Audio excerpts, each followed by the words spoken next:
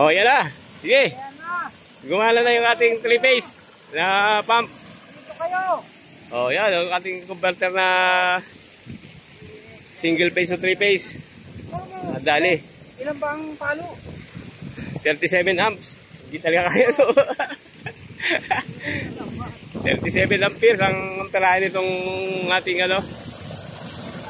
Oh, yan. Lakas ito. Oh. 10 horsepower na Anong haba ng pump.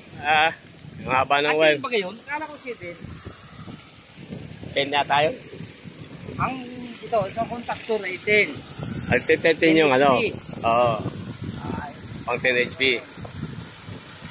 O yan, gumana na yung ating pinadinidrain na kwan. Dinidrain na. maligo. O, pwede na maligo. O, tawag na magbubulot ng hipon. Kita mo yun, hindi ko matititik agad. Dali.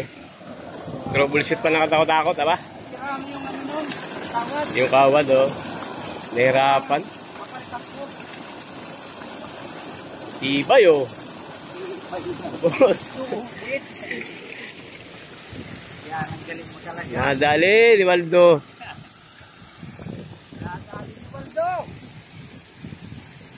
Ayan, ang galing ko. Ay, ubus talaga, o. Talagang napakabilis ng kwan, o. Ng tubig na drain eh. Drain na to, pati na yan. Tawag ang mga taga-pulot ng hipon. Oo, maya-maya, kumpa. Mga kahipon. Nakikita na yung palugbog. Sakit sa ulo din eh. Init na. Ang hirap nun. Man din.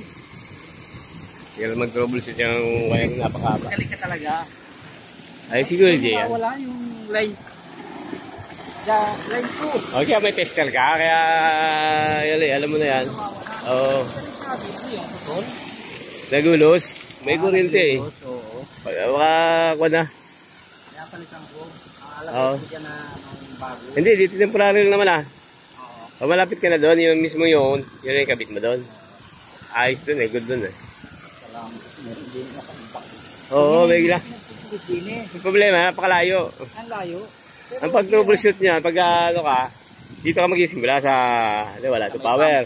Wala kang power dyan. Pabalik ka, hindi ka pwede dyan, napakalayo. Nag-trip. Ay. Yun ang problema. Yung. Baka hindi kaya ng ano,